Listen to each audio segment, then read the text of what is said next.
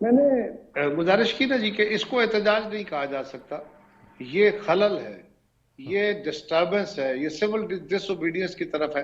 اور پھر جس صاحب کا یعنی عمران خان صاحب کا، ان کا تو ماضی کا ٹریک ریکارڈ بھی یہی ہے. وہ پچھلے دور میں بھی جب انہوں نے احتجاج کیے تھے تو وہ احتجاج میں کسی حد سے وہ آگے گزر جاتے ہیں. انہوں نے سول نافرمانی کا اعلان کر دیا تھا، انہوں نے باقاعدہ لوگوں کو کہا تھا کہ ٹیکس جمع نہ کرائیں، لوگوں کو کہا تھا بل جمع نہ کرائیں، اپنے بل جلا دیے تھے.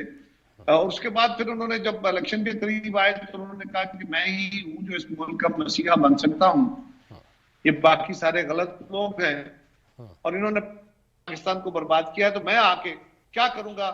باہر سے پیسے لے پڑی ہوئی ہے، وہ لے آؤں گا، 200 ارب ڈالر ہے، میں آؤں گا تو میں عام آدمی کو روزگار دوں گا یا لوگ لائنوں میں لگ کے ٹیکس دیں گے، اتنا ٹیکس اکٹھا ہوگا، ریکارڈ ہو جائیں گے. میں آؤں گا تو میں 1 کروڑ نوکریاں دوں گا، 50 لاکھ گھر دوں گا. میں آؤں گا تو تیل پہ ٹیکس ختم کر دوں گا، میں آؤں گا تو بجلی پہ ٹیکس ختم کر دوں گا، میں آؤں گا تو گیس پہ اور میں سستا کر دوں گا ہر چیز. یہ وہ خواب تھے جو پورے ہونے والے نہیں تھے، لہذا جھوٹ پہ مبنی تھے. لیکن لوگوں کو یہ اٹریکٹیو لگے، لوگوں نے ان کو مسیحا سمجھ کے ان کے ساتھ بھی چلے، ایجنسیز نے بھی ان کا ساتھ دیا، حالات نے بھی ان کو اور چیزوں ان کو ہماری اسٹیبلشمنٹ نے بھی سپورٹ کیا، بڑا بازار میڈیا نے بھی سپورٹ کیا بہت. لیکن اس کے باوجود سارا کچھ ہونے کے باوجود تب نہیں ہوا، پھر پکڑ دکڑ ادھر ادھر سے لوگ پکڑ کے ان کی حکومت بنائی گئی. اب خان صاحب کا مسئلہ یہ ہے، ہم نے بھی احتجاج کیا، آئندہ بھی ضرورت پڑی کریں گے، باقی جماعتیں بھی کرتی ہیں. ہم پیسفل مینز کے ساتھ آئے تھے، یہ اعلان کر کے آئے تھے. آپ بلاول صاحب کی 27 فیبروری کی سپیچ نکالیے جو انہوں نے کراچی سے جلوس کا آغاز کرتے ہوئے کی. انہوں نے کہا تھا عمران خان استعفیٰ دے دو، الیکشن کی طرف چلے جاؤ، ورنہ میں تم پہ جمہوری حملہ کروں گا. جمہوری حملہ وہ تھا جو انہوں نے آ کے عدم اعتماد کی پہلی کی. 10 دن کی ان کی سپیچز نکالی ہے، ایک دن بھی وائلنس نہیں، کسی جگہ پتہ نہیں ٹوٹا. انتظامیہ کے ساتھ طے کر کے ہم نے جلسے جلوس جو بھی کیے اور ان سے اجازت لے کے، اور پھر ایک جگہ آ کے ہم نے جلوس ڈسپرس کیا، خداحافظ کیا، اور اگلے دن جا کے پارلیمنٹ اندر پرامن طریقے سے اپنا جمہوری حق استعمال کیا. خان صاحب کا بھی یہ حق ہے، وہ کر سکتے ہیں. پھر نے پہلے بھی 25 تاریخ کو بھی ان کے اسی رویے کی بدولت یہ کچھ کیا تھا.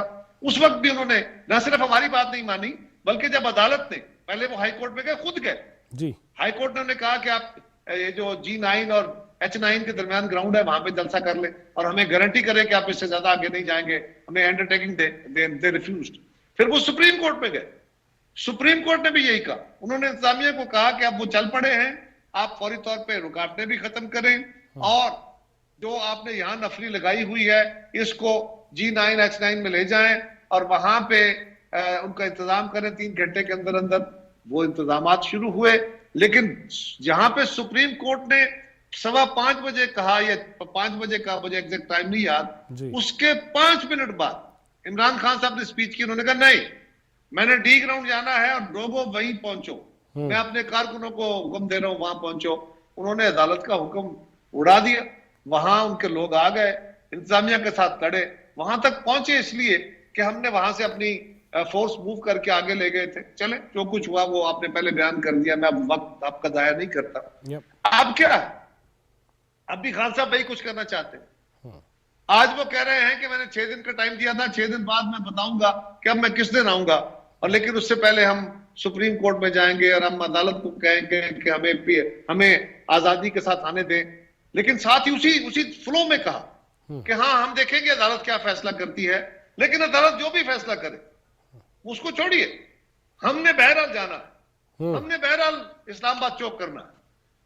یہ ہے ان کی نظر میں عدالت کا احترام، یہ ہے ان کی نظر میں لا اینڈ آرڈر کی صورتحال کا احترام، یہ ہے ان کی نظر میں قانون کا احترام کہ جو بھی عدالت جائیں گے بھی خود، جس طرح ماضی میں دونوں عدالتوں میں خود گئے اور دونوں دفعہ عدالتوں کو ڈیفائی کیا ان کے فیصلوں کو. میں تو کہتا ہوں کہ عدالت کو بھی دیکھنا ہوگا، عدالت کو بھی دیکھنا ہوگا کہ ایک شخص جس کے لیے آپ ایک رعایت، ایک نرم رویہ رکھ رہے ہیں، اور ٹھیک ہے آپ نے ایک فیصلہ کیا، میں اس کے اوپر زیادہ سخت بات نہیں کرتا، لیکن اس کا نتیجہ کیا ہے؟ کیا اس سے کسی نے سبق سیکھا ہے؟ کیا اس سے کوئی بہتری آئی ہے؟ نہیں.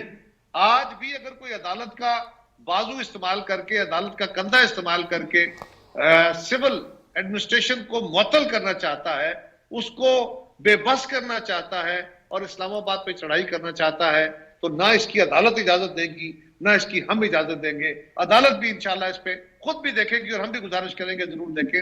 لیکن غور کریں, خان صاحب کہہ رہے ہیں کہ میں کیوں آؤں گا. وہ بھائی آپ اپنے دور میں ذرا ان کی تضادات دیکھیے.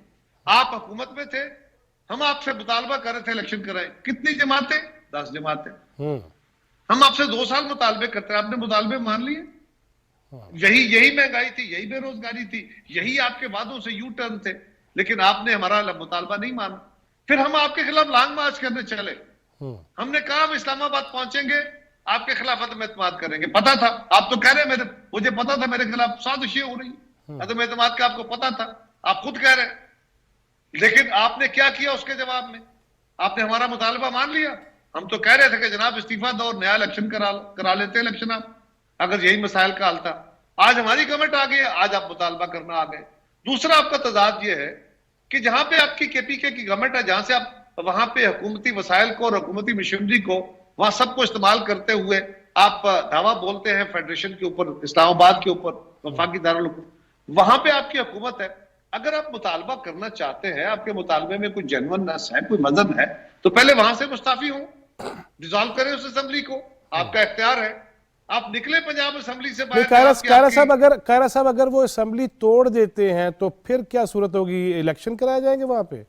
دیکھیں نا جی, اسمبلی اگر ٹوٹ جاتی ہے تو الیکشن ہوں گے, پھر تو ہونے ہیں. قومی اسمبلی ٹوٹتی ہے تو قومی اسمبلی کے ہونے ہیں, کوئی صوبائی اسمبلی ٹوٹتی ہے تو اس کے الیکشن ہونے ہیں. تو کرائیں نا خان صاحب, کس نے روکا ہے ان کو؟ وہ پنجاب سے مستعفی ہوں. ان کی وزن میں, بات میں وزن تو تب آئے گی نا کہ جب وہ ان صوبوں سے نکلے. وہاں سے تو نہیں نکل رہے. صرف قومی اسمبلی سے الیکشن کراؤ. کیوں؟ اس لیے کہ آپ کو وہاں سے نکال دیا گیا ہے, آپ کے اتحادی آپ کو چھوڑ گئے ہیں, اس لیے آپ کا مطالبہ مانا جائے. وہ مطالبہ جو ہم سے جنونلی آپ سے کر رہے تھے, 10 جماعتیں کر رہی تھی, اور آپ آج سے 1.5 مہینہ 2 مہینے پہلے آپ وہ مطالبہ نہیں مان رہے تھے. آج آپ کا مطالبہ کیوں مانا جائے؟ اور پھر میڈیا میں بھی ڈیبیٹ ہے. اچھا جی چلے یہ بھی ہو گیا, پھر لیجسلیشن بھی ہو گئی, پھر یہ تو کیوں نہ اگلی الیکشن ہو جائے؟ بھئی کیوں اس لاڈلے کے اتنی باتیں مان لی جائیں؟ کیسے؟ اس کی بڑی قیمت ہے. یہ پاسبل نہیں ہے. جو بارود انہوں نے ہمارے اکانومی کے اندر بھرا ہوا ہے, اس بارود کو پھٹنے سے روکنا ہے. ان کو تو پرواہ نہیں ہے. وہ تو آج بھی بیٹھے خود کہہ رہے ہیں کہ ملک ڈوب رہا ہے, ملک برباد ہو رہا ہے, اداروں کو دعوتیں دے رہے ہیں. یعنی غور کریں. ایک طرف عدالت کو دھمکی دے رہے ہیں کہ مجھے نہیں پرواہ, عدالت جو فیصلہ کرے گی میں نے آنا ہے, یہ اس کی عزت ہے. دوسری طرف کہہ رہے ہیں کہ ہمارے اداروں کو دیکھنا ہوگا, ملک ڈوب رہا ہے اور میں آ رہا ہوں, اور اگر یہ حکومت کو مجبور نہیں کرتے کہ وہ الیکشن کا اعلان کروائیں تو پھر میں تو آ جاؤں گا.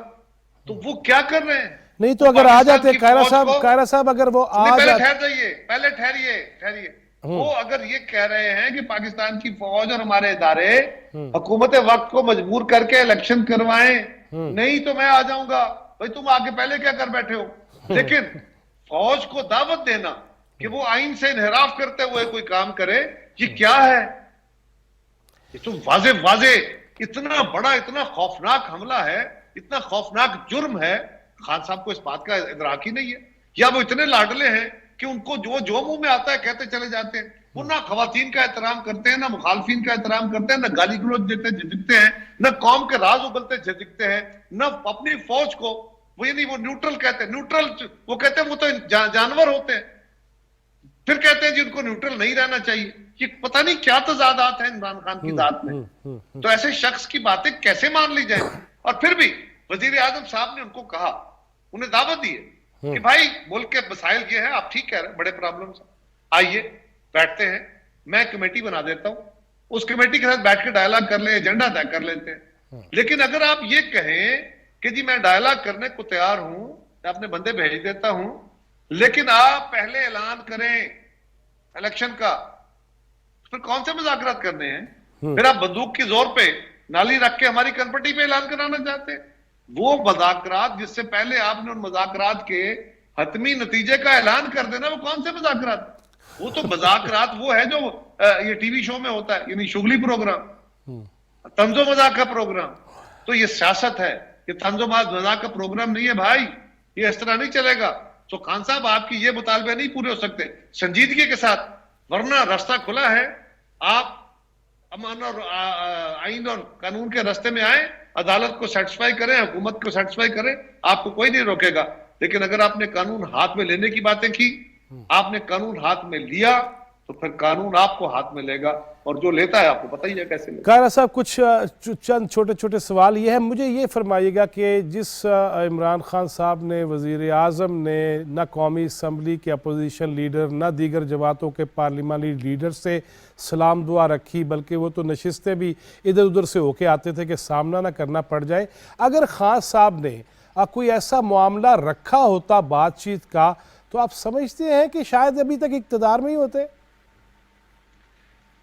دیکھیے ہم نے کیا کہا تھا، ذرا غور کیجئے، پہلے دن اسمبلی میں بلاول صاحب پہلی دفعہ اسمبلی میں منتخب ہو کے آتے ہیں اور وہ نعرہ لگاتے ہیں وزیر اعظم کی موجودگی میں کہ عمران خان قدم بڑھاؤ، ہم تمہارے ساتھ ہیں، تم آگے بڑھو، پاکستان کے مسائل کا حل کرو، اپنا ایجنڈا، ہم نہیں کہہ رہے ہمارے ساتھ ایجنڈا طے کرو، اپنا ایجنڈا ڈرائیو کرو، اپنے نعروں پہ عمل کرو، ہم تمہارا ساتھ دینے کو تیار ہیں۔ کیا جواب دیا؟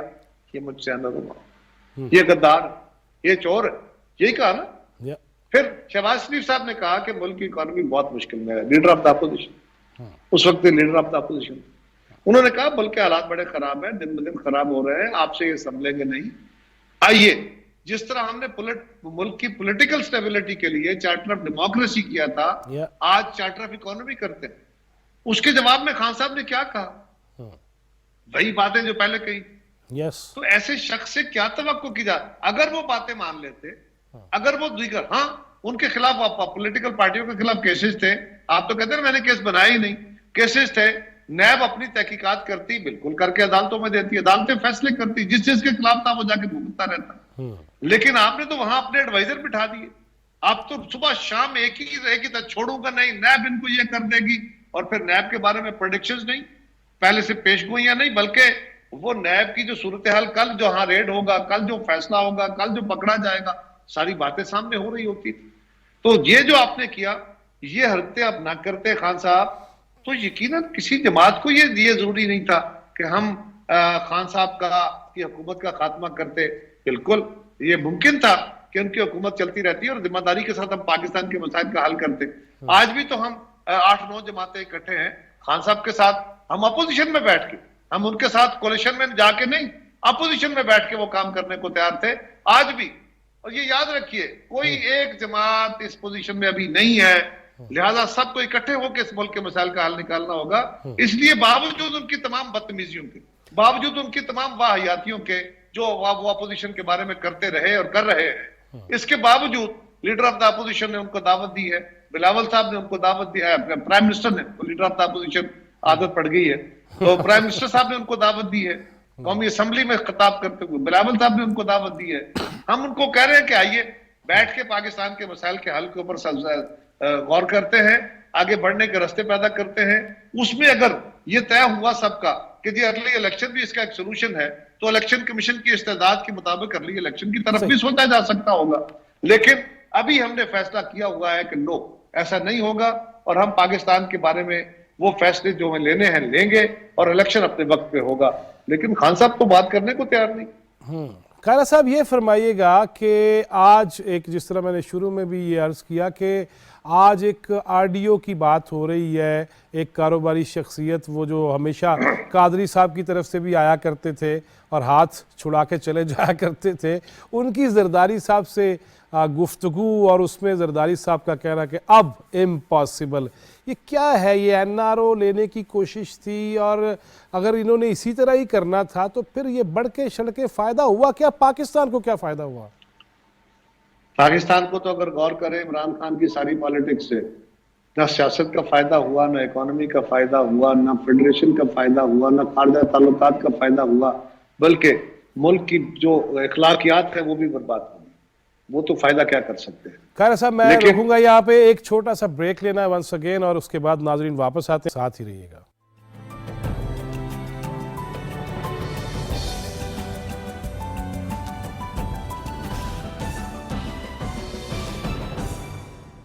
ویلکم بیک ناظرین، آپ دیکھ رہے ہیں چوتھا ستون، میں ہوں جواد فیضی اور میرے ساتھ اس وقت موجود ہیں جناب قمر زمان کائرہ، مشیر وزیر اعظم پاکستان. اور بات یہ ہو رہی تھی کہ یہ طرز تخاطب اور اوئے توئے اور مولا جٹ اور نوری نعت اور پھر قوم کا مزاج کس طرح ہم نے بگاڑنے کی کوشش کی اور میڈیا کی کتنی ذمہ داری تھی کہ ایسی چیزیں دکھاتے. کائرہ صاحب ماشاءاللہ وزیر اطلاعات بھی رہ چکے ہیں، آپ کے دور میں بھی سارے چینلز موجود تھے، لیکن جس طرح ہم نے مستقل بنیادوں پہ خان صاحب کی وہ باتیں بھی چلا دیں اور سنا دیں، کیا فرمائیں گے؟ اور آڈیو کی بات ہو رہی تھی، میں چاہوں گا پہلے وہ ذرا مکمل کیجیے اور اس کے بعد پھر قوم کے یہ طرز تخاطب پہ اور بچوں کی تربیت پہ اور گھروں کے اندر جس طرح اوئے توئے شروع ہو گئی ہے دیکھ کے اس کا حل کیسے نکالیں گے؟ دیکھیے، جو ویڈیو والا جو آڈیو والا ایشو ہے، میں نے بھی ایک پروگرام کے اندر اس کی آواز سنائی انہوں نے کمنٹس لینے کے لیے، تو میں نے وہیں سنی ہے. میری زرداری صاحب سے اس موضوع پہ بات نہیں ہو سکی، لہٰذا میں اس کو سرٹیفائی نہیں کر سکتا. اوکے. اس میں بظاہر آواز تو زرداری صاحب کی آواز سی لگتی ہے، اس سے ان کی ملتی جلتی آواز بھی. ملک صاحب کی آواز سے بھی میں آگاہ ہوں، ان کی آواز بھی ملتی جو مشابہت ہے. میں نہیں کہہ سکتا یہ ان کی آوازیں ہیں، کیونکہ آج کے دور میں بہت سارا آوازوں کو مینج کیا جا سکتا ہے اس طرح. سافٹ ویئر ہی بڑے مشہور ہو گئے ہیں جی. بہت کچھ ہے جی، بہت کچھ ہے. اس لیے کسی چیز کے بارے میں جب تک وہ سرٹیفائی نہ ہو جائے اس کے بارے کچھ کہنا ممکن نہیں ہے. لیکن اس میں جو گفتگو ہوئی اگر وہ درست ہے، اگر وہ سچ پہ مبنی ہے، تو پھر زرداری صاحب نے تو پہلے واضح طور پہ کہہ دیا تھا. بلکہ میں نے جہاں تک سنا ہے وہ ملک صاحب ان کو کہہ رہے ہیں کہ پہلے بھی میں نے آپ کو بتایا تھا، لیکن اس وقت بھی آپ نے انکار کیا تھا. بالکل ہی انہوں نے کہا کہ نو، اب تو کوئی چانس ہی نہیں. تو یہ اگر یہ بات درست ہے تو پھر جو بات آپ کہہ رہے ہیں وہ این آر او جو وہ کہتے تھے میں نہیں دوں گا، پھر خود مانگتے چلے گئے. اور اب میں نے سنا ہے کہ وہ اس پہ بڑے ایگریسو ہیں، اور خان صاحب شاید ملک صاحب کے بارے میں بھی کچھ گفتگو فرمائے یا ان کے بارے میں کچھ ان کو چیلنج کریں.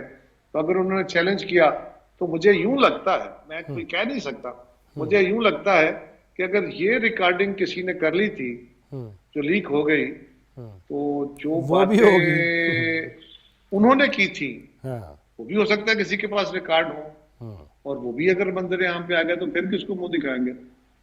میرا خیال ہے اس کے لیے ویسے قائرہ صاحب جو اخلاقاً جو میں نے سوال بھی کیا آپ سے کہ منہ دکھانے جوگے ہے ویسے یہ اس سطح پہ جا کے؟ دیکھیے، پہلی بات تو یہ ہے کہ وہ ان کے فالوورز ہیں، خان صاحب کی اپنی ایک جماعت ہے، ان کے ساتھ لوگ ہیں. یہ کہنا کہ ان کے ساتھ لوگ نہیں ہیں وہ ایک غلط بات ہے. ان کے فالوورز کی جو ٹریننگ اس وقت ہوئی ہے وہ بڑی تعداد میں نہیں. ان کو جو الیکشن جتوانے کے لیے جو مینج کیا گیا تھا وہ اپنی جگہ، آج وہ حالات ان کے نہیں ہیں، اس لیے وہ گھبرائے ہوئے ہیں اور بالکل بوکھلائے ہوئے ہیں. اور اسی لیے وہ اداروں کو کہہ رہے ہیں کہ آپ میرے ساتھ کیوں نہیں کھڑے ہو رہے، اور آپ کیوں نہیں مداخلت کر رہے ہیں، اور آپ عدالتیں کیوں ایسے کر رہی ہیں، کیوں انصاف کر رہی ہیں، کیوں صحیح فیصلے میرے حق میں نہیں دے رہی. تو یہ جو بوکھلاہٹ ہے وہ ہے ان کو، یہ میڈیا سے بھی ان کو یہی گلے. لیکن خان صاحب کو یہ بات سمجھنی ہوگی کہ یہ قوم اب یہ افورڈ نہیں کر سکتی.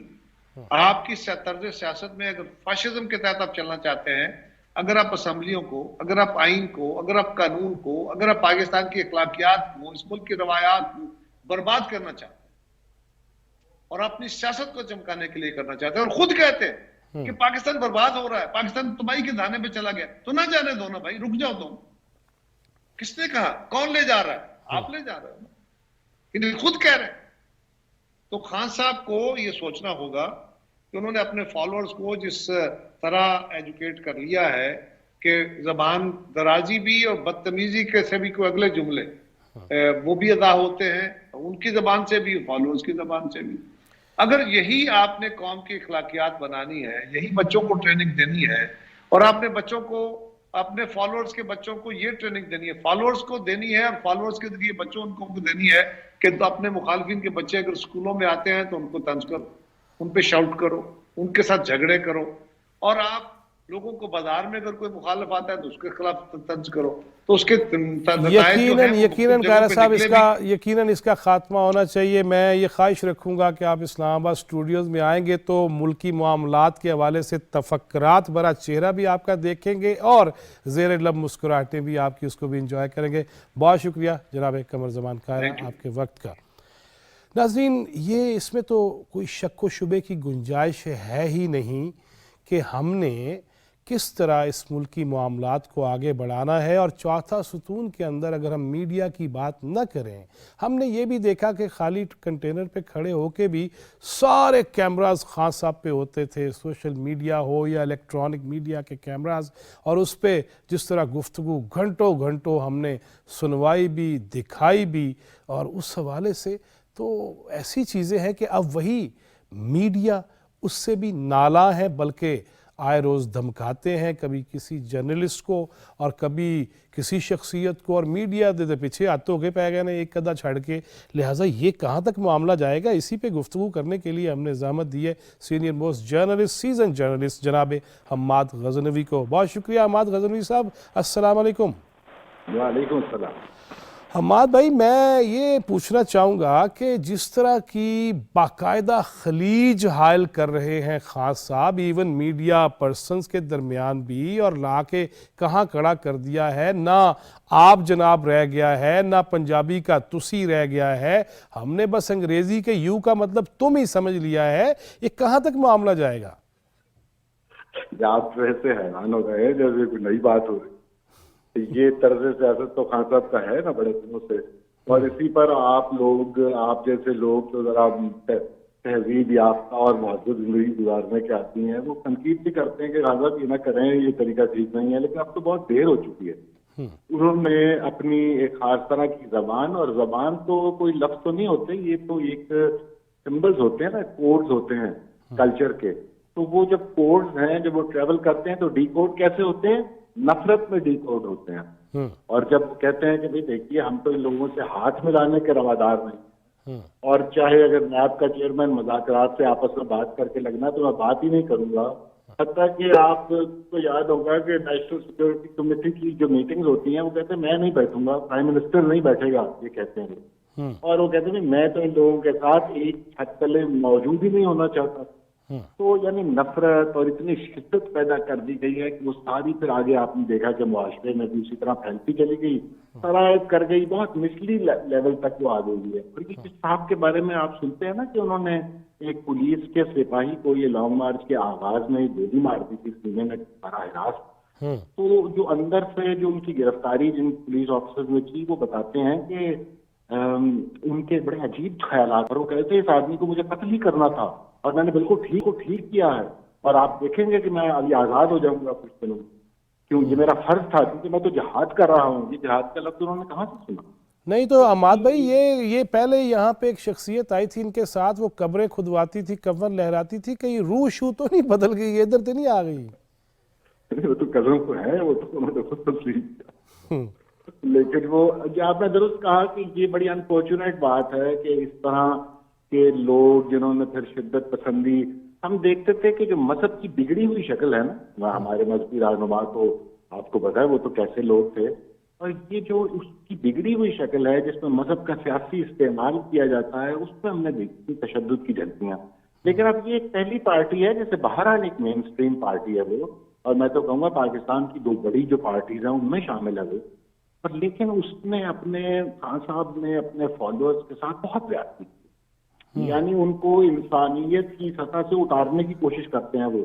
یعنی بنیادی احترام جو آپ کرتے ہیں انسانوں کا، جو آپ پہ فرض ہے، کسی بھی مذہب سے تعلق ہو آپ کا، کسی بھی اخلاقیات سے تعلق ہو آپ کا، کوئی بھی ویلیو سسٹم آپ مانتے ہو، اس میں ایک احترام تو ہے نا باہمی انسانوں کو. یقیناً اس کو مٹانے کی کوشش خان صاحب کر رہے ہیں.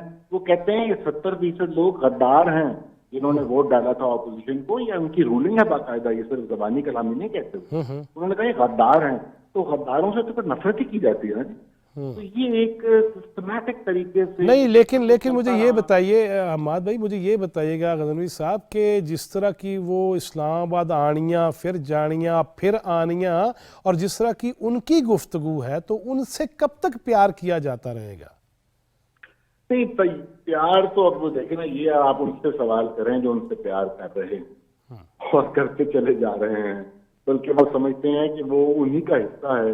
یہ آپ جو سنتے ہیں نا کہ فیملیز ناراض ہو گئیں اور فیملیز نے پریشر ڈالا لوگوں پر، عہدے داران پر، کہ بھئی آپ نے کیا کر دیا، یہ تو ہمارا اپنا آدمی تھا. تو آپ نے اپنے بچے کو نکال کر آپ نے یہ کیا ڈاکوؤں اور چوروں کو لے کے ذہن سازی کی گئی نا. تو اب اس کی جب فصل کٹنے کا وقت آیا تو آپ کہتے ہیں اباؤٹ ہم اب ادھر کو منہ کر کے چل پڑیں گے. تو یوں نہیں ہوتا. آپ نے اس کی ایک تیاری کی, آپ نے وہ زہر بو دیا, وہ معاشرے میں اتنا نیچے تک سرایت کر گیا کہ اب آپ کو دشواری پیش آ رہی ہے, جبکہ آپ کو تجربہ کر چکے ہیں کہ یار it is very difficult to deal with this gentleman. یہ ریزنیبل نہیں ہے, ان میں فلیکسیبلٹی جو بنیادی ہوتی ہے وہ نہیں ہے, اور پھر ان کی ٹینڈنسیز کچھ ایسی ہیں کہ یہ ادارے کے بعد ادارہ فتح کرنا چاہتے ہیں, جیسے کہ پارلیمنٹ ہوئی, میڈیا ہوا, یا ایون یہ فائل خلاف ریفرنس کرا, یہ کیا ہے جوڈیشری کو فتح کرنا چاہتے ہیں. الیکشن کمیشن کا بھی یہی معاملہ ہے, HEC تک پہنچ گیا, وہ تو ہائر ایجوکیشن کمیشن تک آپ کو معلوم ہی ہے وہاں پہ کیا ہوا. تو یہ جو ادارے فتح کرنے کی روایت تھی, اس کی اگلی منزل, اس کا اگلا پڑاؤ وہی تو ہونا تھا پھر جو ہوا, اور جس کی خواہش میں وہ مبتلا ہوئے, اور جہاں سے یہ سارا اسپلٹ پیدا ہوا, تو یہی تو تھا کہ وہ سارا چاہتے ہیں کہ قبضہ کر لیا جائے پاکستان پر, قبضہ کر لیا جائے. اسی قبضے پہ, ناجائز قبضے کے حوالے سے آپ سے دوبارہ بات چیت ہوگی. عماد غزنوی صاحب, آپ اسلام آباد آئے تو اسٹوڈیوز میں, میں لاہور حاضر ہوا تو پھر وہاں پہ. اللہ تعالیٰ پاکستان کو سلامت رکھے, استحکام والا رکھے. غزنوی صاحب بھی یہی کہہ رہے تھے کہ جس سطح پہ ہم چلے جاتے ہیں پھر نفرتیں زیادہ بڑھ جاتی ہیں. اللہ تعالیٰ ہمیں پاکستان کی خدمت کی توفیق دے اور آسانیاں تقسیم کرنے والا بنائے. جواد فیضی, چوتھا ستون ٹیم کو اجازت دیجیے. اللہ نگہبان.